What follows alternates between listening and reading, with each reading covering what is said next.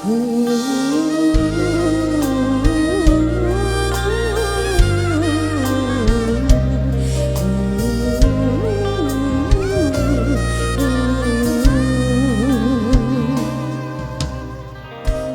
ចង់តទួលការពិតព្រោះការពិតអូនគ្មានបង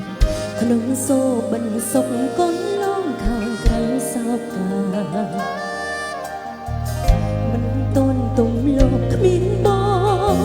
គួរបងរៀនចិត្តបែបណាបាត់បង់ស្នេហាមិនតន់ត្រៀមផង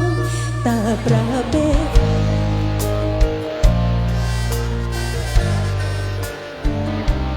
បើពេលនេះគ្រប់នាទីមកនៅគិតពីបងមិនដែរដាច់សោះតែត្រូវ